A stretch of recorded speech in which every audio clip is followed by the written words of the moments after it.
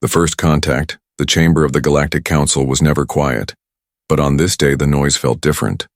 There was no easy talk, no laughter, no games of politics. Every voice carried worry and every movement carried fear. The reason was a single report. It had come from a scout ship that had traveled far from the well-known trade routes. The report spoke of a massive object drifting through the stars. At first they believed it was a dead moon or a lost station. But the closer the scout looked, the clearer it became. It was a ship.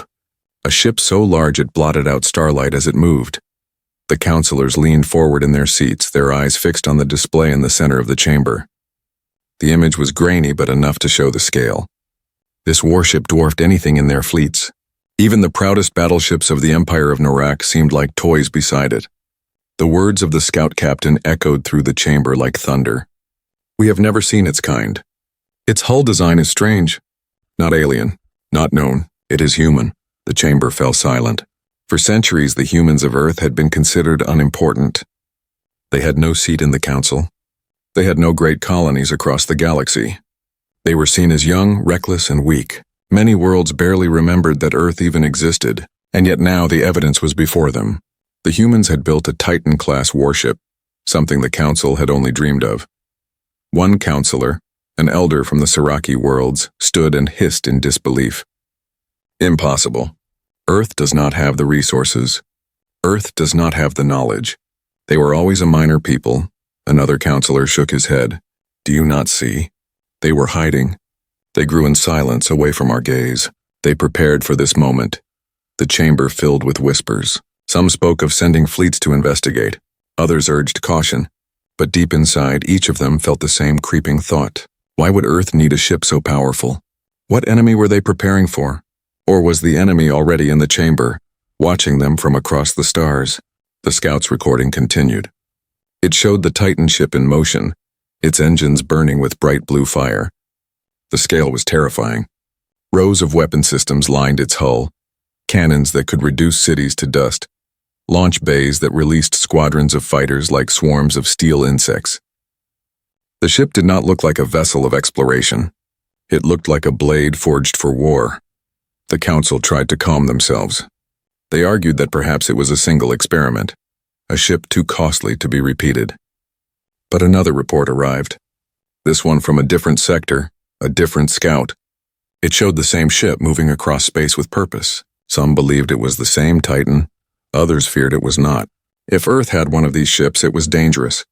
If Earth had more than one, it was a threat to the balance of the entire galaxy. In the halls outside the chamber, servants and aides whispered the truth that the council did not want to speak aloud. The humans have risen. The humans have built something greater than us all. Fear spread faster than light. Back in the chamber, the high speaker of the council raised his voice. "We cannot act in panic. We must first understand. Send a fleet, not to fight but to observe. We must test this ship."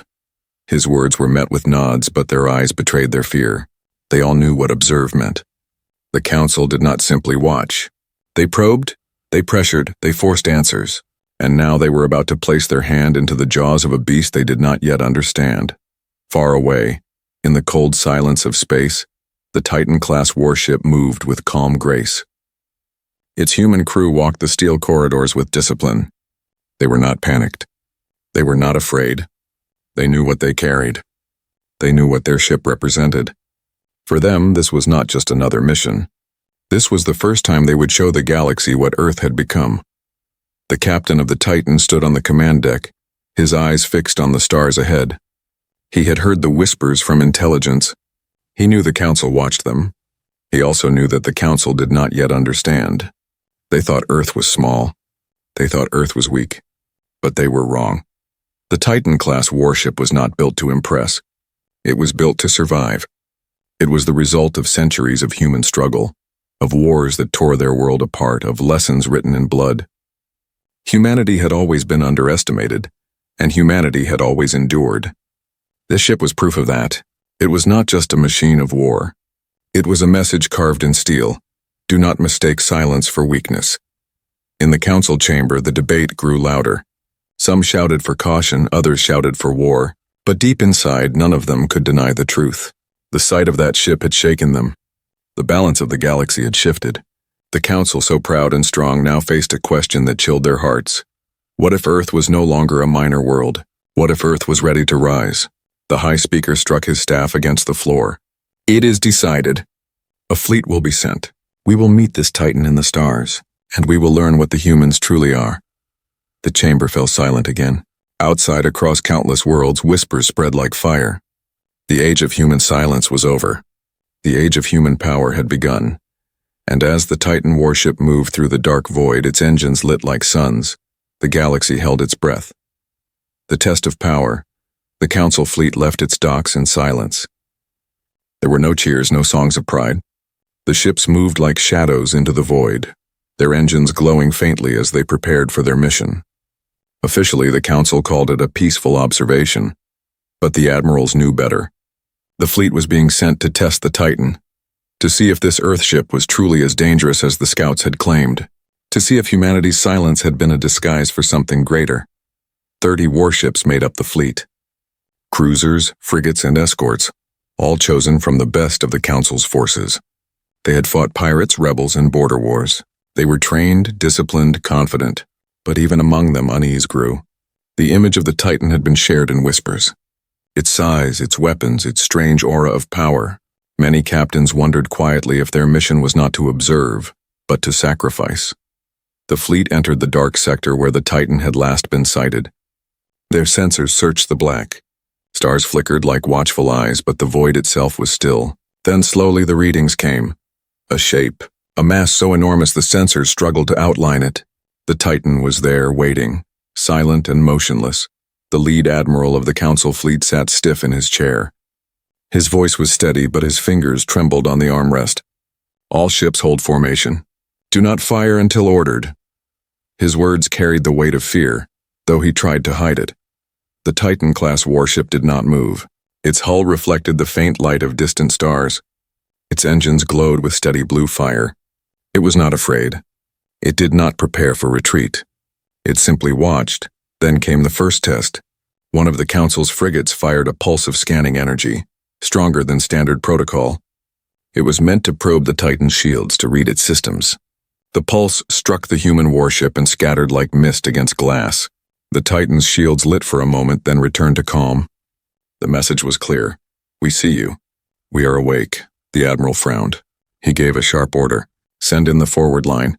Light weapons only. Test its response. 4 cruisers moved ahead.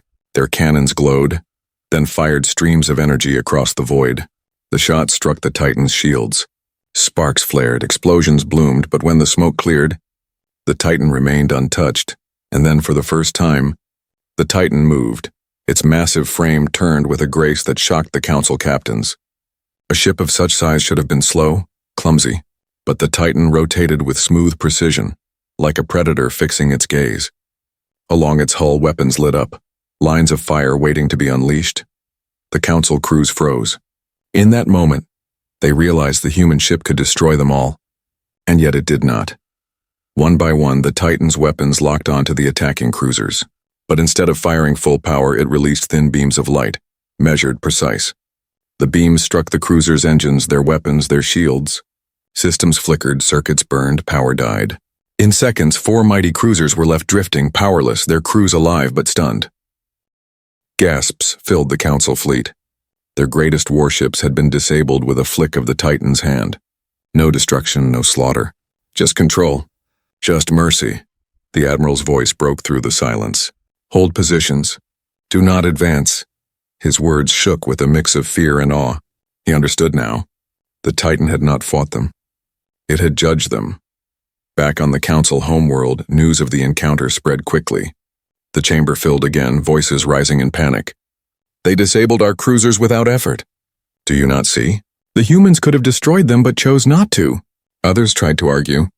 It is a trick. Perhaps their power is limited. Perhaps they only had enough strength for this one display. But the fear was louder than reason. For every counselor who clung to doubt, 10 others saw the truth. This was not weakness. This was not bluff. This was power held in silence, shown only to remind them that Earth was no longer small. Meanwhile, in the command deck of the Titan, the human crew remained calm. The captain gave no orders of triumph, no speeches of arrogance. He simply watched the Council fleet scatter and retreat to a safe distance. "Message from the Council fleet," an officer said. "They request communication." The captain's voice was steady. "Ignore them, not yet. Let them understand first." And so the Titan turned again, moving deeper into space, leaving the disabled cruisers behind. The human ship did not need to prove anything further. The demonstration was enough. The Council had seen what it needed to see. The admiral of the Council fleet sat in silence as his ships regrouped. His heart was heavy with dread. He realized something none of the Council had wanted to face. The Titan's restraint was not weakness, it was confidence. A predator that spares its prey does not do so out of kindness. It does so because it knows it can strike at any moment. Back in the chamber, the high speaker's voice trembled for the first time. "This is worse than we thought. We sent a fleet and the humans did not destroy it. They did not need to. They showed us mercy, and mercy from the strong is more terrifying than any act of war." Whispers filled the hall. Some spoke of surrender before a war even began. Others begged to open peace talks immediately. But in the hearts of many counselors, a darker thought grew. What if Earth was only showing the surface of its power? What if more Titans waited beyond the stars? As the Titan ship moved into the endless dark, its engines blazing blue fire, the galaxy realized something new. Humanity did not need to shout, did not need to threaten. All it had to do was act once, and the Council trembled, and so the test was over. The power was shown. The question now was simple. Would the Council bow, or would it break? The Council's fear grows. The Council chamber was no longer a hall of order. It was a storm. Councilors shouted across the room, their voices sharp with fear and anger. The images of the disabled cruisers played again and again on the central screen. 30 ships sent to test the humans, 4 of them silenced in seconds. Not destroyed, not killed, silenced. The calm precision of the Titan ship haunted them more than any battle ever could. A tall counselor from the Rethar species struck the floor with his staff. His eyes glowed red with fury. "This is proof. Earth is dangerous. They built this Titan to challenge us. We must gather all fleets and crush them before they grow stronger." But another, a soft-voiced elder from the Vayari, shook her head. "Crush them? Did you not see what happened? Their ship spared our fleet. If they had wished, none of those crews would be alive. They wanted us to see. They wanted us to understand. If we strike them now, we will be the ones crushed." The chamber boiled with words: war, peace, surrender, attack. Every voice fought for control. But beneath the noise, every counselor carried the same thought. Humanity had broken the order of the galaxy. The high speaker stood and raised his hand. Slowly, the voices fell quiet. His face was pale, his long robes trembling with his breath. "We must not act in chaos. We must uncover the truth. Who are these humans? How did they rise so far in silence? What else have they built?" At his command, ancient records were drawn from the archives. Hollow screens flickered, showing fragments of history most counselors had forgotten or ignored. They showed Earth's wars, wars that burned their own world, wars fought over power, land, and survival. They showed cities destroyed and rebuilt, soldiers rising from ashes, leaders who spoke of unity and strength. The counselors stared at the images in silence. For them, war was rare, controlled, often avoided. For humans, war had been constant, shaping them like fire-shaped steel. A single phrase appeared in the record, spoken long ago by a human general. "We will fight until there is nothing left. And if nothing is left, we will fight with our bare hands." A shiver passed through the chamber. The Council began to understand. Humanity had not built the Titan from peace. Humanity had built it from struggle, from centuries of blood and survival. One counselor whispered the fear aloud. "If this is one ship, how many more wait in the dark?" The high speaker's voice shook as he answered. "We do not know, and that is what terrifies us." News of the Titan spread beyond the chamber. Across the galaxy, common citizens whispered of Earth. On trade stations, miners and merchants told stories of the human ship that had faced a fleet and spared it. On distant colonies, rebels and oppressed peoples spoke of humanity as a savior, a force that could stand against the Council's iron rule. The idea spread like fire. If the Council feared humanity, perhaps humanity could be trusted. Back on the Titan, the human crew moved with calm routine. They were aware of the Council's fear but did not celebrate it. The captain stood on the deck, speaking to his officers in steady tones. "They will not forget what happened. They will not ignore us anymore. They will try to understand us. Some will come with words, some with blades. We must be ready for both." The officers nodded. None of them were surprised.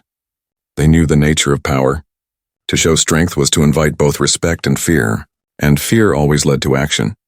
In the council chamber, the debate grew darker. Some councilors now spoke openly of building weapons greater than the Titan. Others whispered of assassins, sabotage, shadows in the night to kill the human leaders before they could act. But there were also those who spoke of peace. They argued that humanity's message was not conquest but warning. The Titan had not destroyed the cruisers. It had not burned colonies or crushed cities. It had only shown what it could do. Perhaps they said this was not a threat but an invitation. The High Speaker listened, but his heart grew heavy. He saw the Council's weakness more clearly than anyone. They were divided, afraid, and slow. Humanity was none of those things. Humanity had acted in silence, built in silence, and revealed its power with perfect timing. If the Council delayed, humanity would rise higher still. In the quiet of his chambers, the High Speaker spoke to his most trusted aide. His voice was soft, but his words carried the weight of truth. "We are no longer the rulers of this galaxy. We are only its caretakers, and now, Earth comes to claim its place." The aide bowed, but fear glimmered in his eyes. "What will we do?" The speaker looked out at the stars. "We will watch. We will wait, and we will fear." Meanwhile, the whispers of rebellion grew louder. Worlds that had long suffered under the Council's taxes and rules now dreamed of freedom. If Earth could stand against the Council, perhaps they could too. Across the stars, seeds of change were planted, watered by the sight of one ship, the Titan-class warship of Earth. And so, while the Council shouted and argued, humanity's legend spread. The Titan became more than a warship. It became a shadow, a story, a symbol of power rising from silence. For the first time in living memory, the Council's authority trembled. And in the hearts of its rulers, a truth could no longer be denied. The humans were no longer weak. The humans were no longer silent. The humans had returned, and the Council was afraid. The human message, the Council's fleets pulled back into safer space, but fear clung to them like a shadow. The disabled cruisers drifted for hours before repair ships arrived. Their crews spoke little, their faces pale, their voices trembling. They had not been defeated. They had been spared, and that was far worse. The report spread quickly. Soon every Council world knew the story. The humans had shown restraint, but their power was undeniable. Across the stars, citizens whispered in fear and in hope. Some feared Earth as a conqueror, others dreamed of Earth as a liberator. In the Council chamber, the debate reached a breaking point. The High Speaker sat heavy on his throne, watching as voices rose in anger and despair. "We must open talks," shouted one councillor. "If we wait, they may grow bolder." "No," another answered, pounding the desk with a clawed hand. "If we show weakness, they will take advantage. We must strike first." "Strike?" A third councillor spat. "Did you not see? Our fleets could not touch them. They did not even fight us. They played with us like a hunter with prey." The chamber erupted again, but then the screens that lined the walls flickered. The councillors froze. The lights dimmed. A signal had pierced their defenses. A voice, calm and human, filled the chamber. "Council of Worlds, we are humanity. We come not to bow. We come not to rule, but we will not kneel." The councillors sat in stunned silence as the image sharpened. A human captain stood on the command deck of the Titan, his face calm, his uniform sharp. Behind him, the endless steel of the ship stretched like a fortress. His eyes met the chamber through the transmission. They did not glow with threat, but with certainty. "You sent your fleet," the captain continued. "We saw your intent. You tested us. We showed you our answer. We did not destroy your ships because we do not seek conquest. But understand this, if you bring war to us, you will not win. Earth has suffered wars that would break your worlds. We have built ourselves from fire and ash. We endure, we rise. That is our nature." The message ended there. No demands, no negotiations, no promises. Only truth. The chamber remained silent for a long time. Even the most arrogant voices had no words to answer. Humanity had spoken not with arrogance, but with certainty. They were not asking for permission. They were declaring their place. Far away, aboard the Titan, the crew listened to the captain's message as it was sent. The young officers exchanged glances of pride.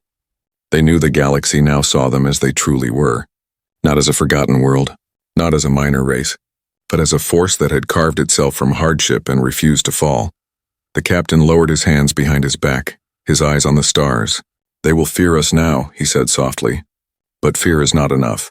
They must respect us." On distant worlds, the message spread beyond the Council's control. Colonies at the edge of the galaxy replayed the human words again and again. Farmers, miners, workers, and rebels felt strength in those simple sentences. For the first time, someone had spoken to the Council without bending. For the first time, someone had dared to say no. Rebellion stirred. Small groups began to whisper of contacting Earth, of joining humanity against the Council. The Council had ruled for centuries through fear. But now fear had turned against them. In the Council's inner chambers, panic grew. Some demanded censorship of the human message, but it was already too late. It had crossed networks, traveled in secret copies, carried by traitors and smugglers. The words of Earth could not be erased. The High Speaker sat in silence as his advisors argued. His hands gripped the arms of his throne, but his eyes drifted to the floor. He knew the truth. Humanity had not threatened them with fire. Humanity had threatened them with memory. The memory of a species that had risen through endless struggle. A species that did not ask for power, but built it in silence until the galaxy was forced to see. One advisor leaned close and whispered, "What will we do?" The High Speaker closed his eyes. "We will listen. For now, we must listen." Across the galaxy, however, the Council's enemies did not listen. They acted. Pirate clans stopped raiding human trade routes. Old rivals of the Council began arming themselves, emboldened by Earth's defiance. Weaker worlds whispered of joining the humans, if it meant freedom from the Council's grip. The Titan continued its journey through the dark, moving from system to system with calm purpose. It did not conquer, it did not destroy, but everywhere it went, eyes turned to Earth. Everywhere it went, whispers of change grew louder. Inside the Titan's command deck, the captain stood once more at the viewport, watching the stars stretch before him. He knew the Council trembled. He knew rebellion stirred, but he also knew the danger. Fear could turn to respect or to fury, and the Council, cornered and desperate, could become more dangerous than ever. Still, his voice was calm as he spoke to his officers. "We showed them what we are. Now the galaxy will decide what it becomes." And so, with one message, humanity had done what no fleet, no army, no empire had achieved in centuries. It had shaken the Council. It had stirred rebellion. It had lit a fire in the stars. The Titan moved onward, a single warship carrying the weight of an entire world's future. And in every chamber of the Council, in every hall of power, the same truth echoed like a shadow. The humans had spoken, and the galaxy was listening. The Council's terror, the Council chamber, was quiet in a way it had never been before. No shouts, no arguments, no heated debates, only silence, heavy and suffocating. Each counselor sat in their seat, their eyes fixed on the same vision that haunted them all. Earth's Titan-class warship, a single vessel that had humbled their fleets and shaken their rule. Whispers had already spread across the galaxy. Colonies, rebels, and entire star systems were questioning the Council's power. Some no longer obeyed its decrees. Others looked to Earth for strength, repeating the human captain's words like a prayer. "We will not kneel." The High Speaker looked around the chamber. He saw not leaders but frightened beings. Some stared into space, some clutched their robes, others whispered to themselves. He rose to his feet, his voice low but sharp. "We face a new reality. The humans have not attacked us, yet our authority is crumbling. The people doubt us. The stars whisper rebellion, and we are afraid." No one answered. Fear had stolen their voices. At that moment, a messenger burst into the chamber. His breathing was heavy, his face pale. He carried a report in shaking hands. "High Speaker," he gasped, "another sighting. The Titan has moved into the Kelros sector. Entire mining colonies broadcasted its image. They speak of Earth as a protector. They chant the human words. They refuse our orders." A chill ran through the chamber. The counselors understood what this meant. The Titan did not need to fire a single shot. Its very presence was enough to break their grip on the galaxy. A counselor from the Drelkin world slammed his fist against the table. "We must destroy it, before it inspires more rebellion." Another counselor, trembling, whispered back, "Did you not see what it did to our fleet? It is one ship against 30, and still it was untouchable." Even if we send 100, what if they have more? What if this is not their only Titan? The question hung in the air like a blade. None of them could answer it. The High Speaker leaned on his staff, his voice heavier than ever. This is not a war of weapons. This is a war of fear, and we are losing. Far away, in the Kelros sector, the Titan drifted above a mining colony.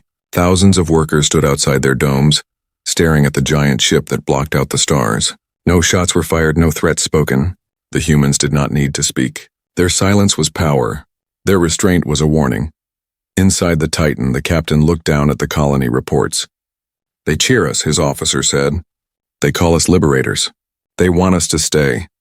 The captain shook his head. We did not come to rule. But their hope is not ours to ignore. The Council's fear has already changed the galaxy. We must decide what role we play and what comes next. His words carried across the command deck, steady and calm. The crew listened, their faces serious. They understood the weight of their mission. The Titan was no longer just a warship. It was a symbol, and symbols were more dangerous than weapons. Back in the Council chamber, terror deepened. Reports arrived one after another. Small fleets refusing orders, colonies openly defying the Council, merchants swearing loyalty to Earth. Every message struck like a hammer, breaking the Council's ancient pride. A young counselor finally broke the silence. His voice cracked as he spoke. We ruled for centuries because no one dared to challenge us. Now one ship challenges us all, and we are not ready. The High Speaker closed his eyes. He saw the truth too clearly. The Council's power had always been fragile, built on fear and obedience. Now humanity had turned fear against them. The galaxy no longer looked to the Council with respect. It looked to Earth with awe. The chamber trembled with the sound of the High Speaker's words. For the first time in centuries, we are no longer feared. For the first time, we are afraid. And so the Council sat, their authority unraveling, their future uncertain.